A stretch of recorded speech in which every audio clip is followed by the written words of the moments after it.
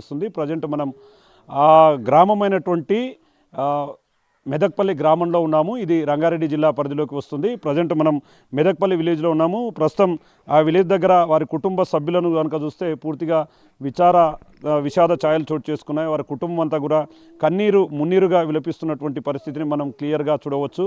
ఎందుకంటే బిడ్డలు తప్పు చేస్తే తల్లి క్షమించి వారిని వెనుకేసుకురావాలి. కానీ తనకు అడ్డుగా ఉన్నారు, తన వివాహేతర సంబంధానికి అడ్డుగా ఉన్నారు, వారిని అడ్డు తొలగించుకోవాలంటూ చేసినటువంటి ప్రయత్నం ముగ్గురు పిల్లల ప్రాణాలను బలి తీసుకుంది. దీంతో ఒక్కసారిగా గ్రామంలో విషాద ఛాయలు చోటు చేసుకోవడంతో పాటు వారి బంధువులు సైతం కూడా కన్నీరు మున్నీరు అవుతున్నారు. నమ్మించి నన్ను మోసం చేసిందంటూ కూడా తన భర్త చెన్నయ్య తీవ్ర ఆవేదన వ్యక్తం చేస్తున్నటువంటి పరిస్థితి కనిపిస్తుంది. ప్రజెంట్ మన దగ్గర రజిత భర్త చెన్నయ్య ఉన్నారు, ఆయనతో మాట్లాడదాం. అన్న, అసలు ఏం జరిగిందన్న? ఆ రోజు ఏం జరిగింది? అసలు ఇంత దారుణానికి గల కారణం ఏంటి? అన్న, నేను డైలీ పోయి పని చేసినట్టు నా బండి తీసుకొని బయటికి వెళ్ళాను. వచ్చిన తర్వాత ఆమె స్కూల్ టీచర్గా వెళ్తుందని అనుకున్నాను. నా పిల్లలను స్కూల్కు తోలిచ్చింది, వచ్చింది, మంచిగానే ఉన్నది. నేను సాయంకాలం పని ముగించుకొని ఇంటికి వచ్చే వరకు 9 అయ్యింది. 9 గంటలకు అన్నం తిన్న తర్వాత నేను చందానగర్లో టిప్ ఉందని బయలుదేరాను. ఆ బయలుదేరినప్పుడు పిల్లలను అడిగితే తిన్నారా పిల్లలు అని అంటే పెరుగన్నం వేసి తినబెట్టాను. మా అమ్మాయి కూడా నాతో, నాన్న నాకు తల తిరుగుతుంది అని అన్నది. అంటే నాన్న అప్పుడప్పుడు ఒక్కొక్కసారి అట్లనే అవుతున్నది కదా అని నేను పెరుగన్నం దాపిన. హాస్పిటల్కి వెళ్ళొద్దా, నాకు చెప్పొద్దా అని అంటే నేను పెరుగన్నం తినబెడతా, మంచిగా అవుతుందని నా భార్య నాకు నమ్మించి పిల్లలకి ఏం చేసిందో నాకు తెలియదు అన్న. నేను చూడలేదు. నేను చందనారు వెళ్ళి వచ్చిన తర్వాత నా భార్య నేను డోరు కొట్టంగానే తీస్తే అందులో నుంచి వచ్చిన తర్వాత పండుకున్నాం.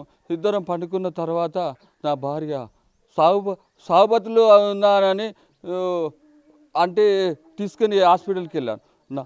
నా పెద్ద అబ్బాయిని పోయి లేపితే నా పెద్ద అబ్బాయి అంతలో చనిపోయి ఉన్నాడు.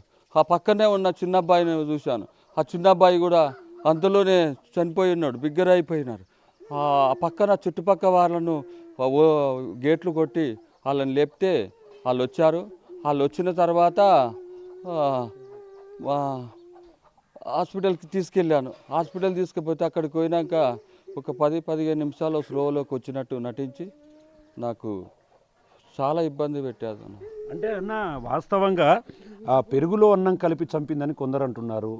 టవల్తో మెడను పిసికి చంపింది, మూవి రాడకుండా చేసిందని కొంతమంది అంటున్నారు. ఆ రోజు వాస్తవంగా ఆ పెరుగన్నం మీరు కూడా తినాల్సింది, మీరు మిస్ అయ్యారంటూ కూడా వార్తలు వస్తున్నాయి.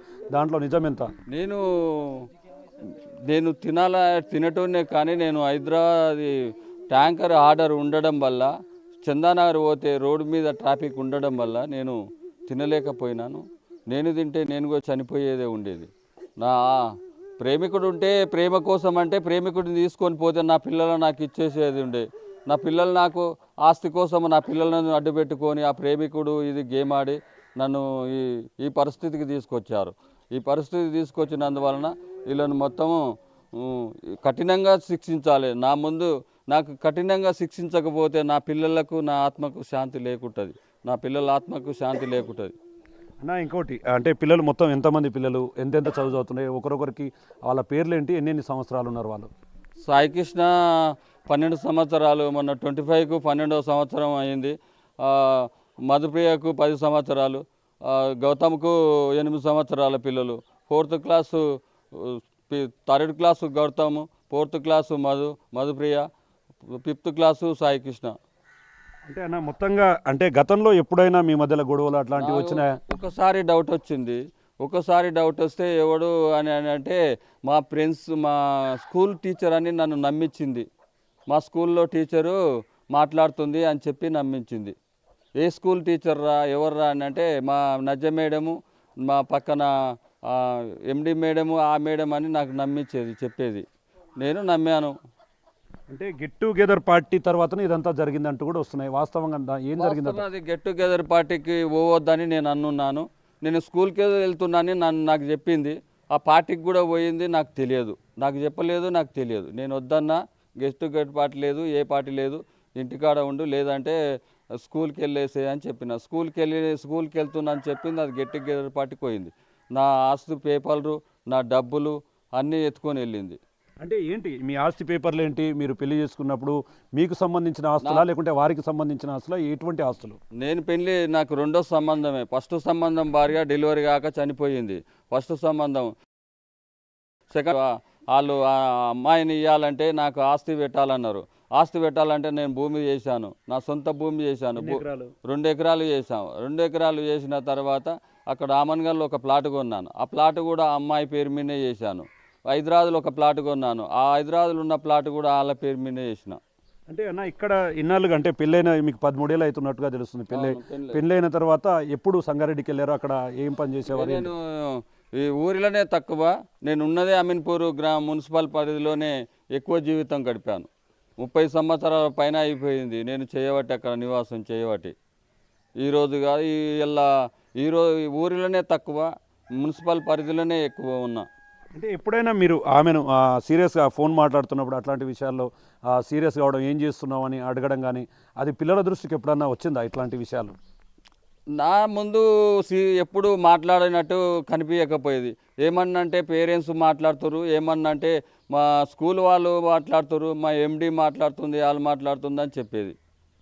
అన్న ఇంకో విషయం అంటే మీరు అక్కడ పెరుగన్నం తినకుండా వెళ్ళిపోయిన తర్వాత అంటే కొంత మీ వెంబడించారు, మీ వెంటనే వచ్చారు, మీరు మిస్ అయ్యారని మీ వెంటనే వచ్చి మిమ్మల్ని కూడా ఇబ్బందులు పెట్టాలని చూశారని మీ భార్య వీళ్ళంతా చెప్తున్నారు. మీ భార్య చేసినట్టుగా కొంత వార్తలు వస్తుంది. నిజమేనా? మిమ్మల్ని ఫాలో అయ్యారా? నిజంగా ఏం జరిగింది? నా వెనుక వచ్చింది, నేను ఎప్పుడు అబ్జర్వేషన్ చేయలేదు. ప్రతి బండి రోడ్డు మీద వస్తుంది కదా, ఏ బండి అని నేను అబ్జర్వేషన్ చేయలేదు. నేను వెళ్ళాను, చందనారు పోయిన తర్వాత నేను అక్కడ మార్వాడి షాపు వాళ్ళ దగ్గర వాటర్ పోసి తర్వాత ఇంటికి వచ్చే వరకు మా భార్య ఇంటిలోనే ఉన్నది. నేను డౌట్ పోలేదు. అట్లా నాకు నా వెంబడించిందంటే నేను డౌట్ పోతుంటే మా భార్య ఇంటిలో డోర్ కొడితే డోర్ తీసింది. డోర్ తీసిన తర్వాత పండుకుంటా అంటే నేను పండుకుంటలేరా అని పండుకుని ఉన్నాం. అంటే ఇప్పుడు పిల్లలు విషయం తిన్నారని మీకు ఎప్పుడు తెలిసింది? మీకు అంటే చూసిన వెంటనే మీరు గమనించారా? ఆ రోజు వాస్తవంగా మీరు వచ్చినప్పటి నుంచి ఎంత అంటే హాస్పిటల్కి తీసుకుపోవడం ఇట్లాంటివి ఎంతసేపట్లో జరిగిపోయినాయి? 11 గంటల తర్వాత వచ్చి పండుకున్నాను. పండుకున్న తర్వాత నిద్రలో ఉన్నప్పుడు 2:30 ప్రాంతంలో చనిపోయే మత్తులు ఎక్కన అని గొంతు ఎక్కన పోతుందని చెప్పడం వల్ల నేను పోయి దగ్గరికి పోయి ఏమైందని లేపిన తర్వాత మా పెద్ద అబ్బాయి నేను ఏడ్చాను, ఏమైంది రజిత ఏమైందని పట్టుకుంటే నాకు గొంతు పోతుంది అని అంటుంది. అన్న తర్వాత తీసుకొని పక్కన వాళ్ళు పోయి డోరు కొడితే వాళ్ళు కొద్దిసేపటికి వచ్చారు. 1/2 అవర్ తర్వాత వచ్చారు. నా పెద్ద అబ్బాయి దగ్గరికి పోయే వరకు సాయి జర పోయి వాళ్ళని పక్కన వాళ్ళని ఎవరైనా లేపు అని అంటే నా పెద్ద అబ్బాయి అంతలో చనిపోయి ఉన్నాడు. మా చిన్న అబ్బాయి నన్ను లేపితే మా చిన్న అబ్బాయి కూడా గట్టిగా అయిపోయిండు. అమ్మాయి దగ్గరికి వెళ్ళాను, నా పక్కలో అనుకున్న అమ్మాయి దగ్గరికి వెళ్తే ఆ అమ్మాయి కూడా చనిపోయింది. నా పిల్లలతో వాస్తవంగా మీరు చెప్తుంటే మాకే బాధ అనిపిస్తుంది. పిల్లలతో మీ జీవితం ఎట్లుండేది? పిల్లలు మీతో ఎట్లుండేవారు? ఆమెతో ఎట్లుండేవారు? ఒకసారి అంటే గతంలో ఆ పిల్లలతో మీకు ఉన్నటువంటి ఎఫెక్షన్ ఏ విధంగా ఉండేది? పిల్లలు నేను ఇంటికి వచ్చేవరకే సాయన్న ఇట్లా అన్నాడు డాడీ అని చిన్నబ్బాయి వచ్చి చెప్పడం, చిన్నబ్బాయి ఇట్లా అన్నాడు అని మా మధు చెప్పడం, మా మధు ఇట్లా అన్నదా డాడీ అని మా పెద్ద అబ్బాయి చెప్పడం. నాకు మీరు కొట్లాడకూరు బిడ్డ, మీరు మంచిగా ఉండాలని, ఏది కావాలో చెప్పండి అని నేను చెప్పి తీసుకొచ్చేవాడిని. అన్న ఇప్పుడు మీరు ఏం కావాలనుకుంటున్నారు? మరి ఇంత జరిగింది, మీ పిల్లలు 3 చనిపోయారు, 3ని కూడా ఒకే చోట పూడ్చిపెట్టినటువంటి ఘటన. ఒకే చోట పూడ్చిపెట్టాను. నాకు జరిగిన నష్టాన్ని నేను చాలా బాధపడుతున్నా. నేను వాళ్ళకు కూడా కఠినంగా శిక్ష పడాలి. వాళ్ళని నా ముందు చంపితే నాకు న్యాయం జరిగినట్టు అనిపిస్తుంది. అంటే పోలీసులు ఏమంటారు? ఇప్పటికే విచారణ చేశారు, ఇద్దరిని కూడా అరెస్ట్ చేశారు, రిమాండ్ కూడా పంపించారు. పోలీసులు మీతో ఏం చెప్తున్నారన్న? నాకు పోలీసులతో నేను మాట్లాడలేదన్న, నేను ఏం చెప్పలేదు. నేను వెళ్ళలే. ఒకసారి వచ్చాను, ఫోన్ ఇచ్చారు, వెళ్ళొచ్చాను సార్. ఓకే, అంటే ఘటన జరిగినాక పోలీసులకు ఎన్ని గంటలకి ఈ విషయం తెలిసింది? ఎవరు చెప్పారు పోలీసులకు? ఘటన జరిగినప్పుడు నా కాల్లో మాకు వాటర్ ట్యాంకర్ ఓపించుకున్న ఆయన మురళీ సార్ అనే అతనికి ఫోన్ చేశాను. అంతలో ఆయన అంబులెన్స్ తీసుకొని వచ్చారు. అది ఆ పక్కన వాళ్ళ నాలుగులను పిలిస్తే వాళ్ళు వచ్చి వేసుకుపోయారు సార్. అంటే ఏం విషయం కలిపింది అన్న? పెరుగన్నంలో ఎలాంటి విషయం కలిపింది, ఏంది అనేది మనది? అది ఏం కలిపింది నాకు తెలియదు సార్. అది 3 పిల్లలను అయితే చంపేసింది. అది మాత్రం ఉండకూడదు. నాకైతే నా ఆస్తులు తీసుకొని నా పిల్లలు చంపేసి నన్ను చంపేద్దామని చూసింది అంతే. నేను ఆ రోజు పెరుగన్నం తినకపోవడం వల్ల నేను తప్పిపోయినా. చూస్తున్నాం ఒకవైపు చెన్నయ్య ఈ విధంగా చెప్తున్నాడు. మనం క్లియర్గా వారి ఇంటి పరిసర ప్రాంతాల్లో కూడా చూడొచ్చు విషాద ఛాయలు చోటు చేసుకున్నాయి. ఇప్పటికే చెన్నయ్య పూర్తిగా అసలు ఏం జరుగుతుంది, తన చుట్టూ ఏం జరిగింది, తనను నమ్మించి ఈ రకంగా మోసం చేసి